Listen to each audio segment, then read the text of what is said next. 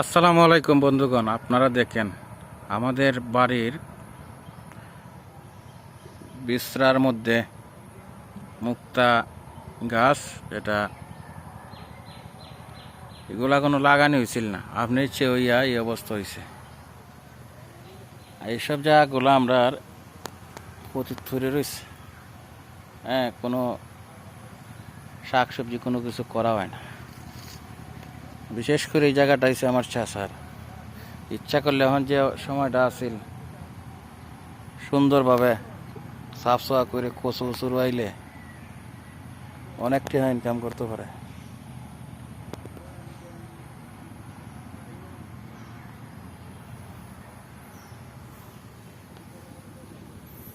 তারা এটা করতে রাজি না, মানুষে পায় না, কেউ পাইয়া করে না। সব কিছু আল্লাহ মালিক।